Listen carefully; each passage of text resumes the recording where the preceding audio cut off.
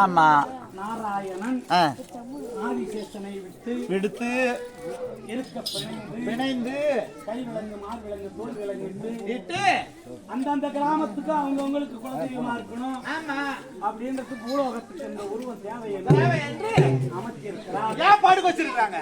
ஏன் படுக்க வச்சிருக்காங்கன்னா எல்லா சாமியும் உட்கார்ந்து இருக்கு, எல்லா தெய்வமும் உட்கார்ந்து இருக்கு.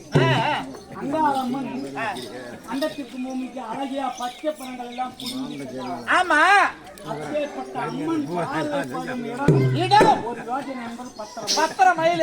10 மைலுக்கு 10 மைல் சுடுகாடா போயிடும், பாழாயிடும், மயானமா இருக்கும். அதனால 4 திசையிலையும் அம்மன் அமர்த்தக்கூடாது. அம்மனுடைய பார்வை ஆகாயத்தை நோக்கினால் மானிட மக்களுக்கு எந்த ஆபத்து வராது. அந்த அம்மாவை அப்படி அன்னைக்கு கைவிலங்கு வளையல் முகத்தி தோடு கால் போட்டு அந்த அம்மாவை போட்ட விலங்குதான். அதே இல்ல பாம்பாலே விலங்கு போட்டாச்சு. ஆபரணமாகவும் மாதம் ஒரு பிறவிடை பெறும்படியாகவும் ஒரு 1000 ஆம்பளை பொண்ணா கூட ஒரு பொம்பளை ஒண்ணு தெரிஞ்சுட்டு போடுறது சில மாடுவாங்க.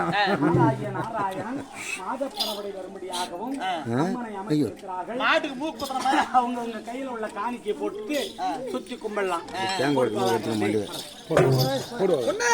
வர்ணிட்டு வர்ணிட்டு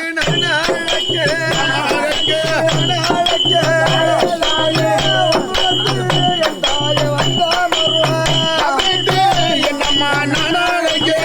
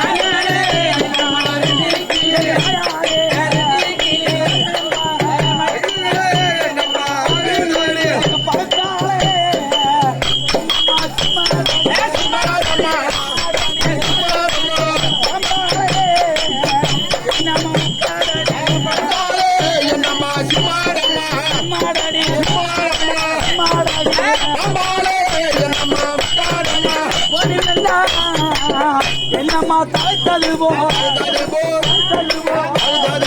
குடிகளுக்கே என்னம்மா வேணும் அம்மா